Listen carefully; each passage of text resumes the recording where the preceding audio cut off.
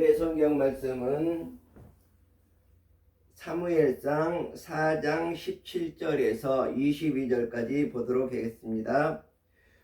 소식을 전하는 자가 대답하여 이르되 이스라엘이 블레셋 사람들 앞에서 도망하였고 백성 중에는 큰 살육이 있었고 당신의 두 아들 홈니와 비느하스도 죽임을 당하였고 하나님의 께는 빼앗겼나이다.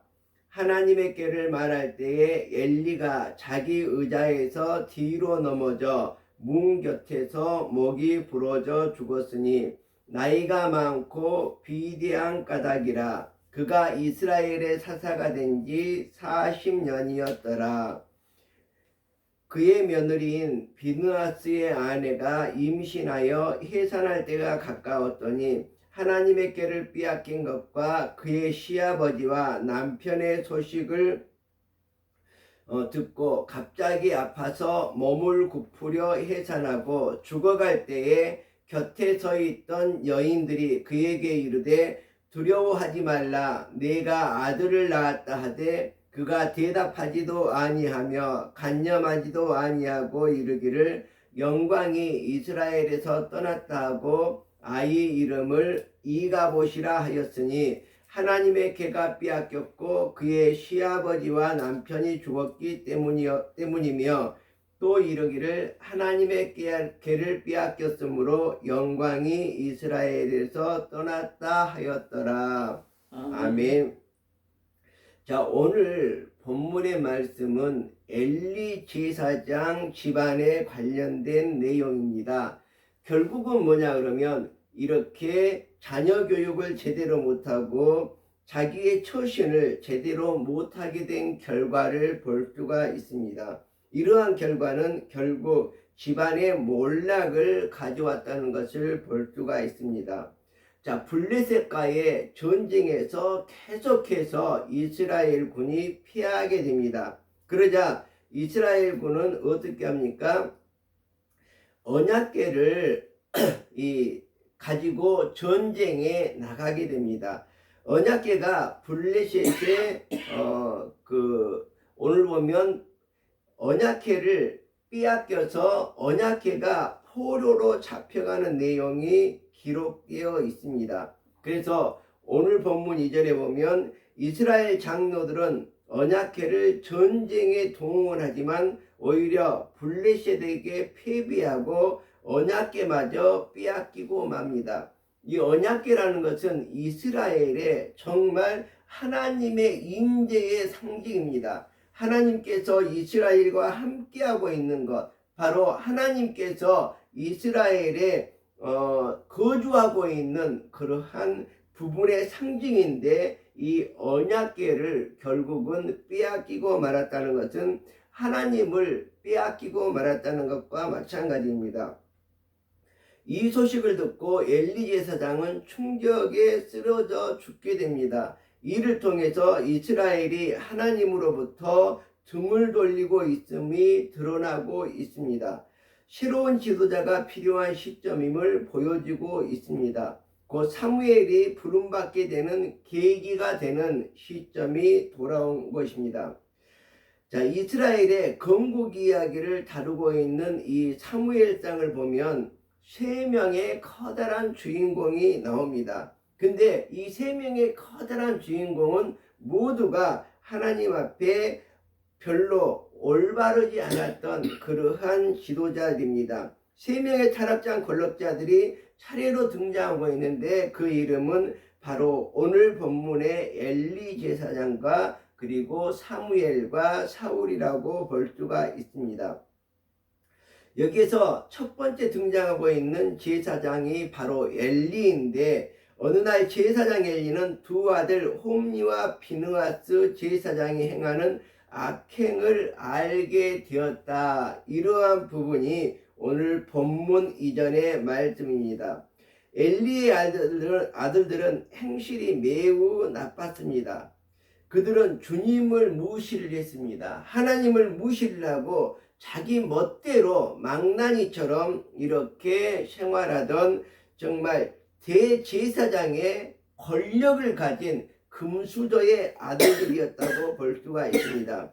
제사장이 백성에게 지켜야 하는 규정이 있는데 그들은 그것을 무시했습니다. 누군가가 제사를 드리고 그 고기를 삶고 있으면 그 제사장의 종이 살이 3개 달린 갈고리를 들고 와서 냄비나 솥이나 큰 솥이나 가마솥에 갈고리를 찔러 넣어서 그 갈고리에 걸려 나오는 것은 무엇이든지 제사장의 몫으로 가져다가 실로에 와서 주님께 제물로 바치는 이스라엘 사람이 모두 이런 일을 당하였습니다.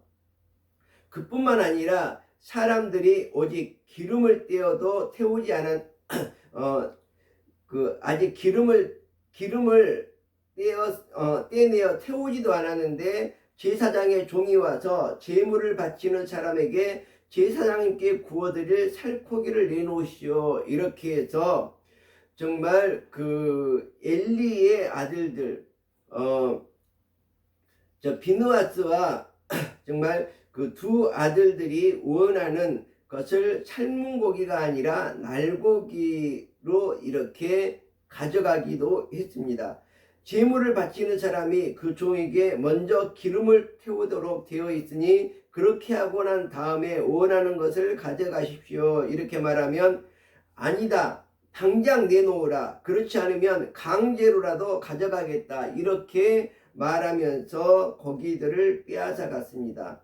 엘리의 아들들은 주님께서 보시는 앞에서 이렇듯 심하게 큰 죄를 하나님 앞에서 죄를 짓고 말았습니다. 그들은 주님께 바치는 제물을 이처럼 함부로 대하였습니다. 또 어느 날은 제사장 엘리가 이런 소식도 들었습니다. 그는 자기 아들들이 모든 이스라엘 사람에게 저지른 온갖 잘못을 상세하게 들었고 해마거기에서 일하는 여인들과 이렇게 안 좋은 관계를 했다는 소문도 들었습니다. 결국 하나님을 무시하고 백성에게 폭력을 행했던 제사장 엘리의 가문은 비참한 최후를 맞이하게 됩니다. 이것이 바로 사무엘상 4장의 내용이라고 볼 수가 있습니다. 자, 이처럼 엘리는 정말 인자하고 훌륭한 제사장이었습니다. 그렇지만 자녀 교육을 제대로 시키지 않고 망나니처럼 자식들을 키우다 보니까 이 자식들이 정말로 하나님 앞에 범죄하고 많은 사람 앞에서 범죄하는 이런 일들을 행하게 된 것입니다. 그러함으로 말미암아서 하나님에 합당하지 않는 그런 집안이 되었던 것을 볼 수가 있습니다. 자, 오늘 본문의 말씀을 보도록 하겠습니다. 사무엘상 4장으로 넘어와서 자 17절에 보면 소식을 전하는 사람이 대답하였습니다. 자, 어떻게 됐느냐? 이스라엘 백성들이 블레셋과의 전쟁에서 계속 패하자 어떻게 했습니까? 하나님의 언약궤를 이 전쟁터에 가지고 나오면 하나님께서 싸워주실 것이다, 이렇게 생각을 하고 하나님의 궤를 장로들과 의논해서 엘리와 비느하스라는 이 제사장의 아들들, 그러니까 어떻게 보면 군대 장관이라고도 볼 수가 있겠죠. 이 사람들이 하나님의 언약궤를 전쟁터로 가지고 나와서 하나님의 언약궤로 인해서 그 전쟁을 이기고자 이렇게 했습니다. 그렇지만 그 결과는 오늘 본문에서와 같이 이스라엘 백성은 블레셋 사람 앞에서 도망쳤고 백성 가운데서 죽은 사람이 매우 많았습니다. 제사장의 두 아들 홈니와 비느하스도 죽었고 하나님의 궤는 빼앗겼습니다. 이렇게 엘리에게 전하게 됩니다. 엘리가 하나님의 궤에 대한 소식을 전할 때에 엘리는 앉아있던 의자에서 뒤로 넘어져 문 곁으로 쓰러져 목이 부러져 죽게 됩니다. 그런 늙은 데다가 몸까지 무거웠기 때문에 그는 40년 동안 이스라엘의 사사로 있으면서 모든 부귀영화를 다 누렸으나 자녀들을 잘못 교육하고 정말 인자한 그런 사람이었으나 자녀들을 잘못 교육하는 바람에 어떻게 됐습니까? 이렇게 목이 부러져 죽어버리는 이런 정말 최후를 맞이하게 됩니다. 얼마나 안타까운 이러한 모습입니까? 자, 그가 하나님의 께에 대한 소식을 전할 때에 이러한 일이 있었던 것입니다. 우리들도 정말 이 세상을 바르게 살아가지 않고 하나님 앞에서와 사람들 앞에서 죄악을 행하게 된다면 결국 엘리 제사장의 집안과 동일한 이러한 모습으로 살아갈 수밖에 없을 것입니다. 그렇지만 그때에 그 며느리가 아들을 낳았습니다. 아들을 낳았는데 상당히 심한 고통을 겪으면서 아들을 낳았습니다. 근데 아들을 낳았으면 참 기뻐해야 될 것인데 정말 슬플 수밖에 없었습니다. 왜 그렇습니까? 시아버지는 목이 부러져 죽었고 자기 자기 그 남편하고 동생도 전쟁터에서 죽임을 당했고 벗겨는 빼앗겨 버렸고 이스라엘은 전쟁에서 졌고 더 이상 희망이 없었던 것입니다. 그래서 어떻게 합니까? 그 아들을 낳고 죽어가면서 그 이름을 이가봇이라고 이렇게 이렇게 지어주는 것을 우리가 볼 수가 있습니다. 이가봇이라는 것은 바로 영광이, 이스라엘의 영광이, 하나님의 영광이 이스라엘에서 떠났다, 이러한 이름을 지어주고 이 여인은 죽고 말았습니다. 물론 이 이후로 이가봇에 대한 이야기는 없지만 정말 이 엘리 가문의 멸망을 우리가 볼 수가 있습니다.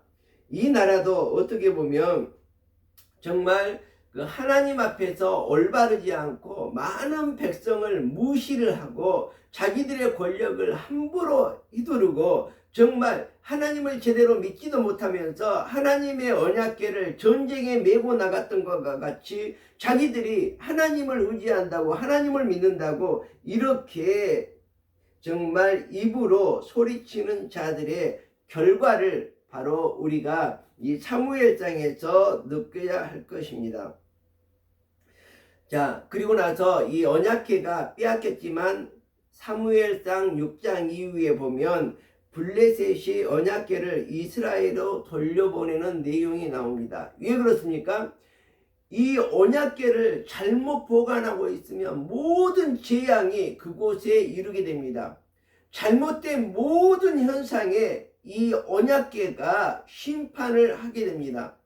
그리고 어떻습니까? 이 언약궤를 잘 모시게 되면 축복을 받는 것입니다.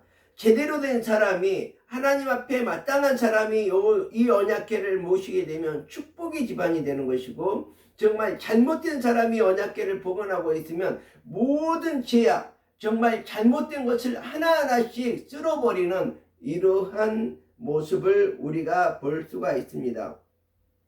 그래서 어떻게 됩니까? 블레셋 사람들은 언약궤로 인해 재앙이 내리게 됩니다. 그러자 이스라엘로 이 언약궤를 돌려보내기로 결정을 하게 되죠. 제사장들과 점쟁이들의 조언에 따라서 언약궤를 항소수레시로 보냅니다. 이 수레는 이스라엘의 경계에 이르러서 멈추고 베들레헴 사람들이 이를 발견하여 기쁘게 맞이합니다. 그러나 일부 사람들이 함부로 언약궤를 들여다보다가 죽임을 당하는 사건이 발생합니다. 이를 통해서 하나님의 거룩함과 징계하시는 능력이 드러나며 이스라엘 백성들이 하나님께 경외심을 가져야 함을 보여주고 있는 내용들이 이렇게 사무엘상 초반에서 진행이 되고 있습니다. 자, 우리들도 여기에서 느껴야 될 사항들이 많이 있습니다. 바로 우리가 정말 우리 자녀들을 제대로 교육하지 않는다면, 하나님 앞에서 바르게 자라나게 하지 않는다면 정말 이 사상과 이념을 잘못 가르치고 정말 교육을 잘못해서 이 자녀들이 삐뚤한 이런 모습으로 자라게 된다면 지금 우리나라 현실과 똑같은 이러한 현상이 나타납니다. 법치는 무너지고 법은 무시당하고 법 위에 사람들이 앉아서 이러쿵저러쿵 좌지우지하는 이러한 세상이 되어지고 맙니다. 우리들의 자녀들은 지금 20, 30대, 10대 아니면 이제 어린 아이들까지 우리들이 잘 교육해서 이 나라가 하나님 앞에 바르게 설 수 있는 이런 나라가 될 수 있도록 우리가 정말 기성세대들이 잘 지도하고 교육해야 될 것입니다. 그러기 위해서 이 불의를 이 땅에서 뽑아내고 정말 신실한 사람들, 정말 하나님의 께가 이 땅에 있다고 생각을 하고 하나님의 께가 이 땅에 있을 때 정말 저주의 사람들이 아니라 정말 하나님의 께를 인하여 축복받는 사람들로 이 땅이 채워져야 할 것입니다. 그럴 때만이 하나님의 영광이 우리나라에 머무르고 하나님의 영광이 이 땅에서 떠나지 않을 것으로 우리가 기도하고 간절히 우리가 하나님 앞에 올바르게 설 수 있도록 노력해야 될 것입니다. 다시 한번 그 이름을 생각해 보시기 바랍니다. 이가봇. 정말 이가봇은 정말 더 이상 희망이 없을 때 붙여지는 이름입니다. 우리의 자녀들이 이가봇과 같은 이러한 삶을, 이러한 이름을 주어질 수 있는 그러한 시점에 우리들이 있습니다. 우리 자녀들, 우리 손주들을 정말 이가봇이라고 과연 이름을 지을 것인지 아니면 정말 하나님의 영광이 머무르는 하나님의 언약궤와 함께하는 그러한 나라가 될 것인지 지금 이 시간 우리들이 결정해야 될 것입니다. 여러분들 정말 하나님의 영광이 여러분들과 함께 머무르기를 간절히 기원하면서 말씀을 마치도록 하겠습니다. 감사합니다.